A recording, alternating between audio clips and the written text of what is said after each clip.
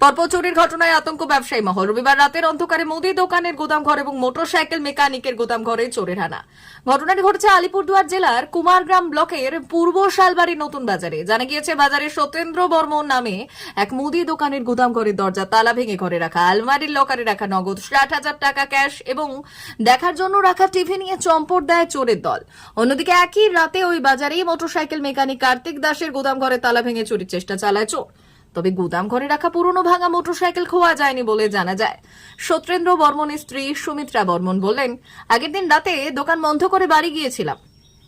পরদিন সকালে ছেলে দোকান খুলতে গিয়ে দেখে দোকান ঘরের নিচে গুদাম ঘরের দরজা খোলা। পরে খবর দেওয়া হয় অন্যান্য ব্যবসায়ীদেরও পুলিশে। জানা গিয়েছে, এর আগে ওই বাজারে বেশ কয়েকবার ঘটেছিল চুরির ঘটনা। এই নিয়ে ব্যবসায়ী কার্তিক দাস জানালেন, বাজারে পরপর চুরি হচ্ছে, আমরা বাজারের নিরাপত্তা চাই। আর এর আগে বাজার নিরাপত্তায় পুলিশের 2 জন করে থাকতো, এখন নেই। তাই চুরি ঠেকাতে চাইবো বাজারের নিরাপত্তা। আলিপুরদুয়ার থেকে অমল বর্মনের রিপোর্ট, পুরুলিয়া টুডে।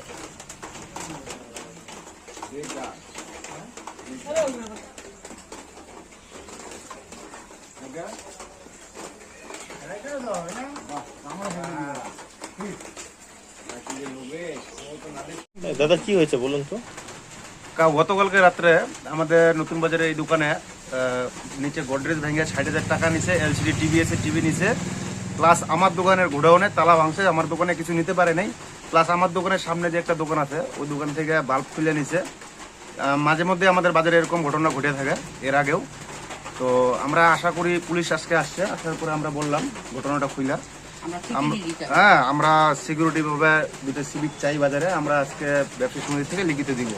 এছাড়াও তো প্রতিনিয়তই শোনা যায় 2 দিন পর পর যে চুরির ঘটনা এই বাজার এলাকায়, তো এর আগেও জানানো হয়েছিল পুলিশ প্রশাসনকে? এর আগে জানানো হয়েছিল। তো এর আগে সিভিক 2টা ছিল, কিন্তু মাঝখানে কিছুদিন থেকে আবার বন্ধ আছে। আচ্ছা আচ্ছা।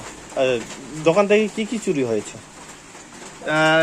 এই কাকিমার দোকান থেকে টাকা নিছে, প্লাস এলসিডি টিভি নিছে। আচ্ছা আচ্ছা।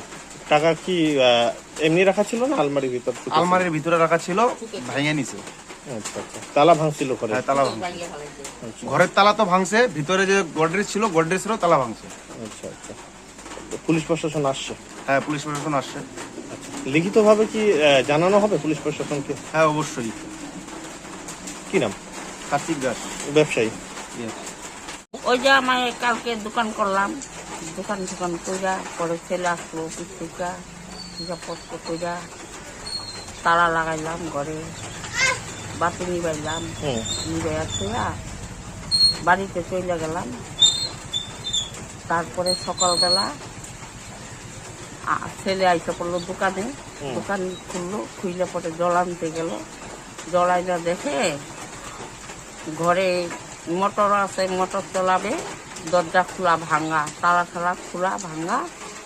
তারপরে ভেবেছিল বড় একটা 20,000 টাকার টিভি, ওইটাও ছেলে দেখে না। দোকান ঘরে না, নিচে রুমে আমার একটা বাড়ি আছে, ওই বাড়িতে দোকান ঘরের নিচে? হ্যাঁ, নিচে রুম আছে। ওই রুমের থেকে তারপরে সুকেশ একটা নতুন আনছিলাম, ওই সুকেশে ছিল আমার 60,000 টাকা। আমি একটা ন্যাকড়া দিয়ে পল্টায় পেপার দিয়ে রাখা দিছি, কেউ জানে না বাড়ির লোক। আমি সারাদিন দোকান করি, কিছু তো পয়সা মহিলার কাছে থাকবে, রাখা দিছি। দিয়ে খেয়ে আবার স্বামীর শরীর ভালো না, অ্যাক্সিডেন্ট হয়েছে, পায়ে ব্যথা পাইছে। আমরা মা ছেলে চলে গেলাম বাড়িতে। পরে বাবু সকালে উঠলো, আমার ছেলে উঠে ডাকলো, বলে মা উঠো। উঠলাম, উঠার পরে ছেলে বাইক নিয়ে আইসে পড়লো। ছেলে আবারও বললো আর কি, মা তুমি একটু ঘুমাও, পরে একটু বেলা করে 7টা, 7:30, 6টার সময় তুমি চলে যাবে। নাতিন আছে, নাতিনকে মনাকে রাখবা, বৌমা কাজ করবে। পরে আমি নাতিন উঠে নাই। পরে ছেলে আর কি প্রথম কে দেখলো চুরি হয়েছে? আমার ছেলেই তো জল আনতে গেছে, দোকান খুলে জল আনবে নিচের রুমে। পরে যায় এরকম পরিস্থিতি। ঘরের তালা ভাঙছে? হ্যাঁ, তালা ভাঙতে পারে নাই, ওই যে দরজা কাটের তো সিকটি খুইলা ফেলাইছে। আচ্ছা। খোলার পরে আর কি ফোন করলো, ওর বাবাকে দিলাম মোবাইল। ওর বাবা তো অসুস্থ, বলে মা একটু ফাঁকায় যাও, বাবার কাছে বলা যাবে না। এছাড়া টিভি আর টাকা পয়সা ছাড়া আর কি হারাইছে? আর কিছু হারায়নি। কি মনে হচ্ছে এই যে এই বাজার এলাকায় এত চুরির ঘটনা ঘটছে, আশেপাশের লোক ছাড়া আর কোথাকার লোক আসবে। পরে ফাঁকায় গেলাম, বলে মা আমার নিচে না টিভি নাই, সুকেশ ভাঙ্গা, তুমি আসো তাড়াতাড়ি। পরে নাতিনকে রাইখা বৌমাকে খালি জানাইলাম, বলে মা দেখো এরকম এরকম দোকানে হইছে, আমি চলে যাই, তোমরা খাওয়া দাওয়া করো। এই যে আইসা দেখি এই পরিস্থিতি। কি নাম আপনার? আমার নাম সুমিত্রা বর্মন। নতুন বাজারেই দোকান? হ্যাঁ, আমি নতুন বাজার আজকে 15-16 বছর হয় নতুন বাজারের দোকান, নতুন বাজারেই থাকি আমি। নতুন বাজারে খাওয়া দাওয়া। গত রাতে ছিলেন না তাহলে এখানে? না, রাত্রে ওর বাবার অসুস্থ, থাকি না, আমরা তো সবসময় থাকতাম।